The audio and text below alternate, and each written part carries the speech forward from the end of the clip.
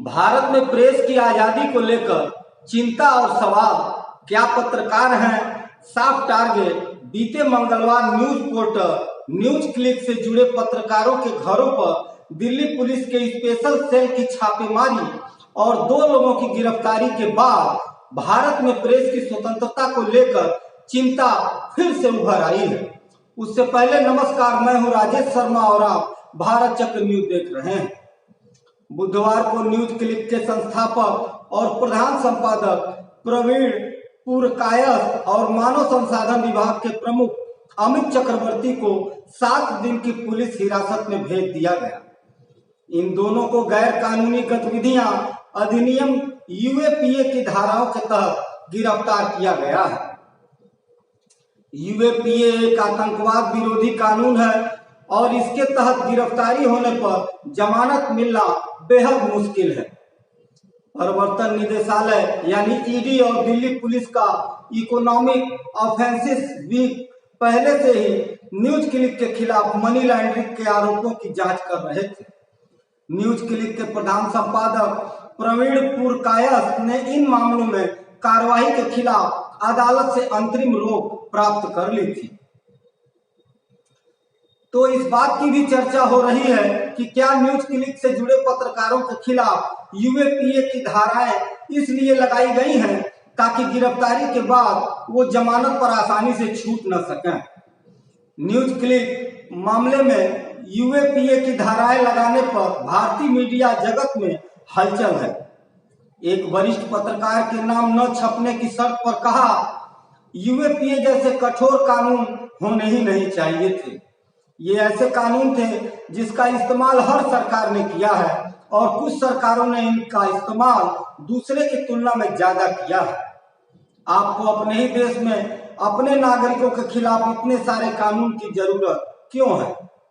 आतंकवादियों, जबरन वसूली करने वालों, हत्यारों या राज्य के दुश्मनों से निपटने के लिए हमारे पास देश में पर्याप्त कानून है, तो आपको कठोर कानून क्यों लाते रहना पड़ता है? कई पत्रकारों का कहना है कि जिस वक्त यूएपीए कानून लाया गया था उस वक्त सिविल सोसाइटी इसे लेकर चिंतित थी और पत्रकार इसके खिलाफ लिख रहे थे। हम जानते थे कि इन कानूनों का इस्तेमाल निर्दोषों के खिलाफ किया जा सकता है। इन कानूनों का इस्तेमाल अक्सर आतंकवादियों पर नहीं बल्कि आम लोगों पर किया जाता है, क्योंकि आतंकवादियों से निपटने के लिए पहले से ही पर्याप्त कानून मौजूद है। इन कानूनों का इस्तेमाल सरकारें हमेशा अपने ही लोगों के खिलाफ करती रही है। एक वरिष्ठ पत्रकार के मुताबिक सभी सरकारें संदेश वाहक को नियंत्रित करना पसंद करती हैं। कुछ इसे अधिक क्रूरता के साथ करते हैं, कुछ कम क्रूरता से, लेकिन कोई भी सरकार आलोचना या स्वतंत्र मीडिया को पसंद नहीं करती, भले ही वो खुद को लोकतंत्र कहती हो। मीडिया का गला घोंट दिया गया है और वह खुद का गला घोंटने की इजाजत दे रही है। दोनों ही बातें हैं। अगर हम नहीं उठे और हम खड़े नहीं हुए तो ये और भी बदतर हो जाएगा। चाहे सत्ता में कोई भी हो, यह बदतर होता चला जाएगा। वरिष्ठ पत्रकार ज्योति मल्होत्रा कहती हैं, अगर पत्रकार गलत हैं और अगर सरकार को लगता है कि उन्होंने कोई खबर ठीक से नहीं की तो सरकार को उस खबर का खंडन करना चाहिए। लेकिन आतंकवाद विरोधी कानून के तहत पत्रकारों को बंद करना सरासर गलत है। वो कहती हैं, मोदी सरकार पत्रकारों को गिरफ्तार करना और डराना चाहती है और हम ये पूछना चाहते हैं कि क्या वजह है कि आप पत्रकारों को आतंकवाद विरोधी कानून के तहत बंद कर रहे हैं? क्या भारत में पत्रकार अब आतंकवादी बन गए हैं? और अगर सरकार हमें आतंकवादी समझती है तो हमें ये बताए कि हमने क्या ऐसा लिखा जिससे आपको लगता है कि हम आतंकवादी बन गए हैं। ज्योति मल्होत्रा आगे कहती हैं, प्रेस के साथ इस तरह का सलूक नहीं किया जा सकता। वे कहती हैं, एक तरफ तो आप इमरजेंसी की बात करके प्रेस की आजादी के लिए हमेशा खड़े रहने की बात करते हैं और दूसरी तरफ आप इस तरह की गिरफ्तारियां करते हैं। वो कहती हैं कि संविधान में जो बुनियादी मौलिक अधिकार हैं उनमें से एक मौलिक अधिकार अभिव्यक्ति की आजादी भी है।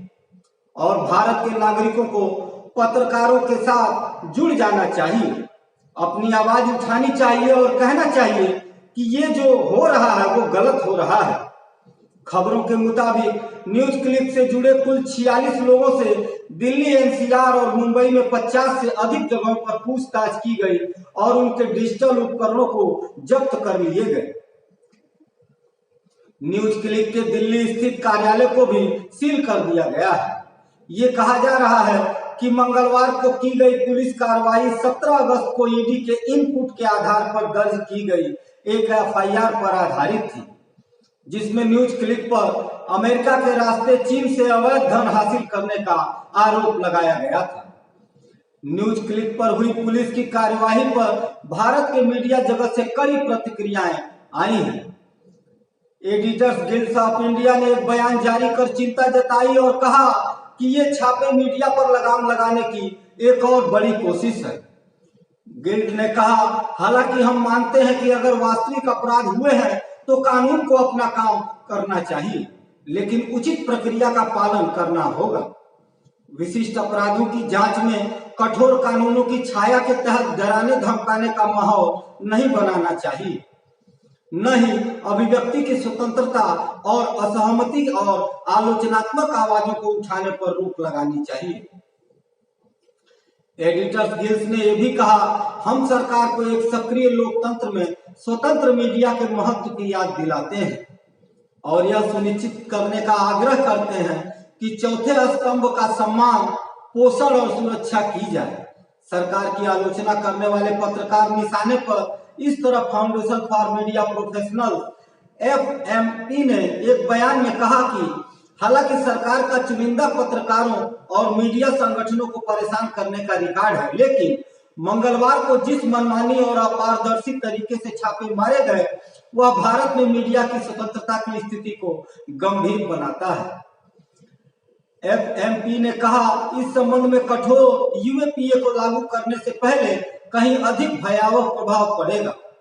इसके अलावा सरकार की आलोचना करने वाले पत्रकारों और प्रेस संगठनों को चुनिंदा तरीके से निशाना बनाना उस देश पर खराब असर डालता है जो लोकतंत्र की जननी होने का दावा करता है। साथ ही FMP ने यह भी कहा कि सरकार संवैधानिक और नैतिक रूप से यह सुनिश्चित करने के लिए बाध्य है कि उसके कार्यों से भय का माहौल न बने जो मीडिया को सत्ता के सामने सच बोलने से रोकता है। DG pub India news foundation ने अपने बयान में कहा है कि न्यूज प्रोफेशनल और टिप्पणीकारों के खिलाफ पुलिस की यह समन्वित कार्यवाही स्पष्ट रूप से उचित प्रक्रिया और मौलिक अधिकारों का उल्लंघन करती है। DG पब ने कहा, इसने सरकार के मनमाने और डराने धमकाने वाले व्यवहार को एक अलग ही स्तर पर पहुंचा दिया है। भारत प्रेस की स्वतंत्रता और नागरिक स्वतंत्रता और मानवाधिकारों पर अन्य रैंकिंग में नीचे की ओर जा रहा है और मीडिया के खिलाफ भारत सरकार का युद्ध दुनिया के सामने सबसे बड़े लोकतंत्र पर एक धब्बा है। प्रेस की आजादी भारत की लगातार गिरती साख वैश्विक मीडिया निगरानी संस्था रिपोर्टर्स विदाउट बॉर्डर्स RSF की मई 2023 में जारी रिपोर्ट के मुताबिक विश्व प्रेस स्वतंत्रता सूचकांक में भारत की रैंकिंग 180 देशों में 161वें स्थान पर खिसक गई है।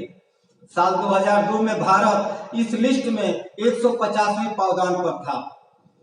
RSF ने अपनी रिपोर्ट में कहा था कि भारत में सभी मुख्य धारा मीडिया अब प्रधानमंत्री नरेंद्र मोदी के करीबी अमीर व्यापारियों के स्वामित्व में है। रिपोर्ट में कहा गया था कि मोदी के पास समर्थकों की एक फौज है जो सरकार की आलोचना करने वाली सभी ऑनलाइन रिपोर्टिंग पर नजर रखते हैं और स्रोतों के खिलाफ भयानक उत्पीड़न अभियान चलाते हैं। RSF रिपोर्ट ने कहा था, अत्यधिक दबाव के इन दो रूपों के बीच फंसकर कई पत्रकार व्यवहार में खुद को सेंसर करने के लिए मजबूर होते हैं। वरिष्ठ पत्रकार राजदीप सरदेसाई का कहना है कि पत्रकार सॉफ्ट टारगेट जिन पर निशाना लगाना आसान हो, खास तौर पर वे जो छोटे न्यूज पोर्टल से आते हैं, उनके पास वह सुरक्षा नहीं है जो बड़े संगठनों में मौजूद लोगों के पास है। इंडिया टुडे चैनल पर एक चर्चा के दौरान सरदेसाई ने कहा कि एडिटर्स गिल्ड ऑफ इंडिया के बयान में स्पष्ट रूप से कहा गया है कि कानून की उचित प्रक्रिया का पालन किया जाना चाहिए, लेकिन सरकार को पत्रकारों को आपराधिक रूप से डराने धमकाने के लिए कठोर कानूनों का उपयोग नहीं करना चाहिए। आगे सरदेसाई ने कहा, कोई यह नहीं कह रहा है कि पत्रकार कानून से ऊपर है, लेकिन साथ ही आपको यह भी स्पष्ट होना चाहिए, जब आप जानते हैं और पत्रकारों पर छापा मारते हैं और उन्हें हिरासत में लेते हैं, तो आप यूएपीए जैसे आपराधिक कानूनों का इस्तेमाल किसी विच हंट के लिए नहीं कर रहे हैं। उन्होंने कहा कि अगर विच हंट की जा रही है तो आगे चलकर भयावह प्रभाव हो सकते हैं। सरदेसाई के मुताबिक अगर न्यूज क्लिक के लिए काम करने वाले जूनियर कर्मचारियों को सिर्फ इसलिए हिरासत में लिया जा रहा है क्योंकि आप मानते हैं कि न्यूज क्लिक को चीनी धन मिल रहा है, तो यह एक बहुत ही खतरनाक मिसाल कायम कर रहा है। इससे बिल्कुल गलत संदेश जा रहा है। और ऐसे समय में जब प्रेस स्वतंत्रता सूचकांक की बात आती है तो भारत काफी निचले पायदान पर है। कुछ गंभीर सवाल हैं जिनका जवाब सरकार को ही देना होगा। आप कानून की प्रक्रिया का पालन करना चाहते हैं, कृपया करें, लेकिन कृपया इसे आपके पास मौजूद ठोस जानकारी पर करें और उस जानकारी को सार्वजनिक डोमेन में डालें। राजदीप सरदेसाई ने कहा कि न्यूज क्लिक के खिलाफ मनी लॉन्ड्रिंग का मामला 2021 से चल रहा है और अब आप एक पीएमएलए को अधिक कठोर और खतरनाक यूएपीए में बदल रहे हैं। डिजिटल उपकरणों की जब्ती के लेकर चिंताएं उपलब्ध जानकारी के मुताबिक न्यूज क्लिक से जुड़े जिन 46 लोगों से पूछताछ की गई है, उन सभी के डिजिटल उपकरणों को जब्त कर लिया गया है। फाउंडेशन फॉर मीडिया प्रोफेशनल्स के मुताबिक ये बात परेशान करने वाली है कि पत्रकारों के डेटा और इलेक्ट्रॉनिक उपकरणों को मनमाने तरीके से जब्त किया गया और उन्हें क्लोन प्रतियां, हैश वैल्यू और अन्य महत्वपूर्ण जानकारी नहीं दी गई, जो साक्ष्यों की अखंडता सुनिश्चित करने और पत्रकारों के अधिकारों की सुरक्षा के लिए जरूरी है। पिछले साल फाउंडेशन फॉर मीडिया प्रोफेशनल्स ने पत्रकारों के डिजिटल उपकरणों को खंगालने और जब्त करने के खिलाफ सुप्रीम कोर्ट का दरवाजा खटखटाया था। उनका कहना था कि इन उपकरणों में निजी डेटा होता है और उन्हें जब्त कर लेना निजता के अधिकार के खिलाफ है। डीजीपीओ का कहना है कि शीर्ष अदालत ने मौलिक अधिकारों के अनुरूप तलाशी और जब्ती के लिए कानून और दिशा निर्देश की मांग वाली याचिका के बारे में केंद्र को सूचित किया है। ये मामला फिलहाल सुप्रीम कोर्ट में लंबित है। पिछले कुछ वर्षों में Dainik Bhaskar, news laundry, the Kashmir वाला और द वायर जैसे मीडिया संगठनों पर सरकारी एजेंसियों की छापामारी के बाद ये बात लगातार उठती रही है कि क्या भारत में लोकतंत्र का दमन हो रहा है।